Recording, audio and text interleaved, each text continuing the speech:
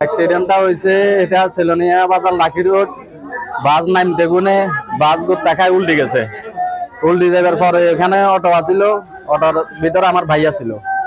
ওই বাসটা অটোর উপরে পড়ছে। অটোর উপরে পড়বার পরে ওইখানে আরো একটা যাত্রী আছিল, এগুলার সব আমরা বার করছি। সুগন্ধা গাড়িটি বৃষ্টির সময় যে আসতেছে, গাড়ির গতিও বেশি ছিল। তারা সিলোনিয়া যে ব্রিজ আছে, ব্রিজে উঠার সময় যে বাঁকটা আছে, এই বাঁকে উঠার সময় গাড়িটা নিয়ন্ত্রণ হারিয়ে বাম পাশের দিকে নেমে যেতে চাচ্ছিল। সুগন্ধা যাত্রীবাহী বাস মহিফাল থেকে যাচ্ছিল, তো যাওয়ার পথে সিলোনিয়া বাজার ব্রিজের শেষ মাথায় সম্ভবত একটি কাভার্ড ভ্যান ছিল, অবৈধ পার্কিং। আমার মনে হয় সেটার সাথে টাচ হয়েছে কিনা আমি শিওর না।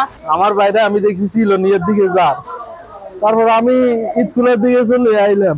ওখানে এসে নাস্তা করলাম। ওখানে কিছু লোক এসে বলে তোর ভাই তো আর নাই দুনিয়ার, বাজে এসে লাগছে তোর বাইরে। সর্বমোট 11 জন রোগী আসছে, আরো 11:30 পর্যন্ত। এর মধ্যে 3 জন রোগী ছিল স্পট ডেড, বাকি 8 জনও ইনজুরিড। এর মধ্যে একজনকে আমরা চট্টগ্রাম রেফার করছি, বাকি 7 জনকে আমরা হাসপাতালে ভর্তি রাখছি এবং তাদের ব্যাপারে তাদের লোকজন, আত্মীয় স্বজনকে ব্রিফ করা হয়েছে।